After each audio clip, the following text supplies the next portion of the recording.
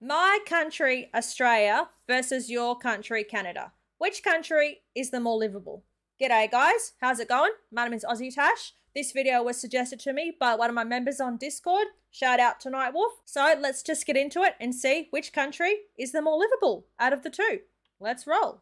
The first connection between Canada and Australia was the deportation of 154 Canadian rebels to Australia in the 1800s. Really? Since then, the countries have developed strong ties, having fought alongside each other in multiple wars and UN Security Council missions. This is Alex, an Aussie with Canadian family. I wanted to objectively compare these countries to see which is more livable. So looking at education, employment, health, happiness, and safety and security, let's compare.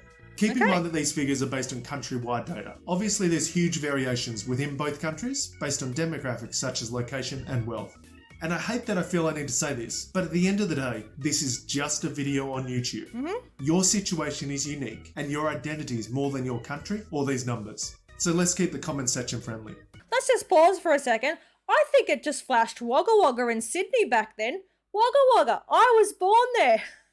How cool and what a coincidence that is. Also, this is a pretty old video because the dude that they showed, that was former Prime Minister Malcolm Turnbull. Oh, he was absolute rubbish, man. Okay, let's just get into this one. I think we're going to start off with education. Australia and Canada both have strong education systems that are far better than most developed countries. That's cool. The elementary school PISA rankings score Australia 14 out of 70 countries, slightly lower than previous years. Canada, however, is in the top 10 with a rank of 7. When looking at tertiary completion, Canada ranks first out of all of the OECD countries. 56% of Canadians between the ages of 25 and 64 have completed tertiary education. Australia is ranked 7th, with 44% of this age having tertiary education. The number of graduates alone don't tell the whole story. In terms of quality of universities, Australia outperforms Canada. Of the top 200 universities, Australia has 8 compared to Canada's 6. When considering population, Australia has 1 top uni per 300,000 people, compared to 1 per 600,000 in Canada. However, quality sometimes comes at a price. The annual cost of studying at universities in Australia is 33% of the median income, whereas in Canada it's only 22%. Outside of the UK and the US, Australia and Canada are 2 of the most expensive countries to study at the university level. Here's a bit of perspective with that. I did university for like 1 term about 20 years ago, the year after I finished high school. It cost me 6,000 Australian dollars. That took me like 5-6 years to pay off, man. University in Australia is really expensive, but we are lucky that you are not billed with it by term. You accumulate the debt, and once you finish university and you start working, you pay the debt off back in your tax. I think Canada have something similar along those lines. Leave a comment, let me know. In Australia, it's called a HEX bill. Let's keep on going.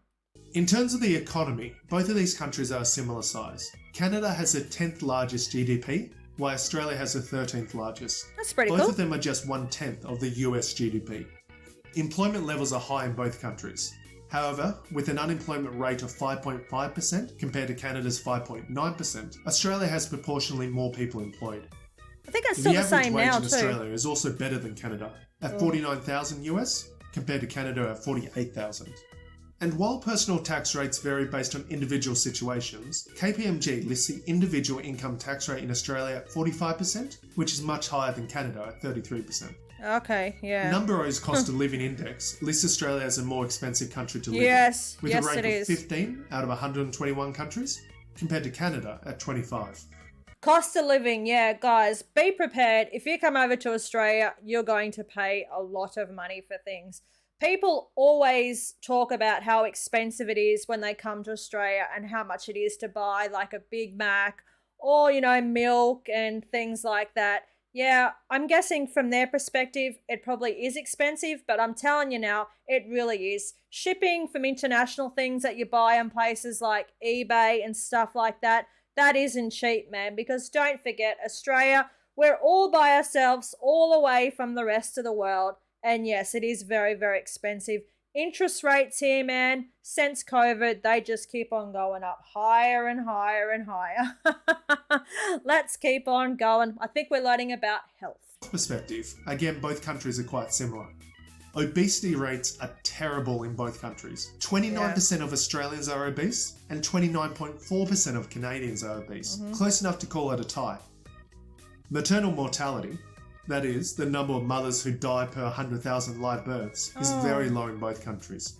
Just 7 per 100,000 in Canada and 6 per 100,000 in Australia. That's a horrible statistic. Infant mortality, the percentage of children who die before the age of 5, is low in both countries. That's 0.5% in Canada and 0.4% in Australia. okay. Life expectancy figures show that the average Canadian lives to 81.7 years That's compared cool. to the average Australian at 82.15 years. Nice. So the average Aussie lives an extra 4.5 months. Man, things are pretty similar between Australia and Canada, aren't they? The obesity levels. Man, here's my comment. Here's what I think about the obesity levels.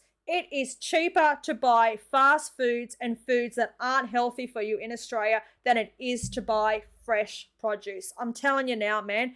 We pay like $7 Australian for a whole cauliflower. Meanwhile, you can just buy frozen chips, to put in the deep fryer for a couple of dollars. So that is a really big problem. When it comes to cost of living, sure, yeah. You got to buy the cheap, unhealthy foods to be able to afford to feed your families. It's a huge, huge problem in Australia. I don't like it. Guys, leave a comment. Is that something similar in Canada? Let me know. In the safety and security category, Canada outperforms Australia. They have a global terrorism index rating of just 2.5 compared to 2.7 in Australia. Okay. Homicide rates are lower in Australia, with less than 1 violent death per 100,000 people compared to 1.7 in Canada. But both are much better than the US at a rate of 5.4. Of course we are. The incarceration rate is lower in Canada, with only 114 prisoners per 100,000 people in the population compared to 167 in Australia. And Canada is ranked 8th on the Global Peace Index compared to Australia at 12th. So while some of these rankings are close, overall Canada performs strongly here. Safety and security. That surprises me, man.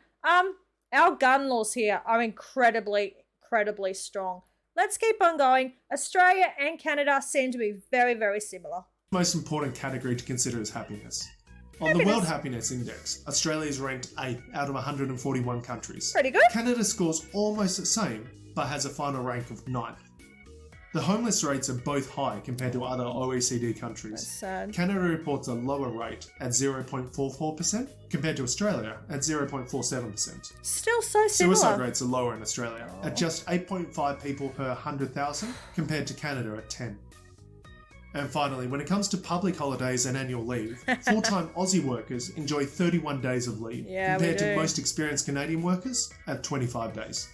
Oh, the suicide rate thing. That's really, really sad. Especially with Australian men. We have that she'll be right, it's all good, mate sort of attitude. And that can be really, really hard for Australian men, I think. There are lots of programs and things that are finally coming out to encourage men to talk about things. It's called Are You OK Day, and just talk about how you're feeling. The other thing, annual leave, man. In Australia, we have lots of public holidays, and if you're fortunate enough to be on a contract like me, like a part-time contract, you get paid to stay home on those annual leave public holidays, and they are fantastic. We've just come up having so many. We don't have another one for another 4 months now, but yeah, we love our public holidays and we love getting paid for them. At 25 days. Overall, I was surprised how closely these countries compare. With the two ties, both countries have 9 points. Canada is a little safer, but Australia is a little healthier. Australia has better universities, but Canada has better schools. Australia has higher taxes, but Canada has lower wages. We do. So yes, Australia has high taxes. We do. We have really, really high taxes. And it did say that we have higher minimum wage than Canada. Oh my gosh. If that's the truth, what an absolute joke. Our minimum wage is disgusting. So I'm guessing the same is in Canada. Guys, jump on. Let me know about the comparisons. It looks like we're quite similar. That was the video for today. If you enjoyed it, please jump on, smash the like button, leave a comment, and of course remember to subscribe. That really helps me out. Cheers from down under. Take care. Bye.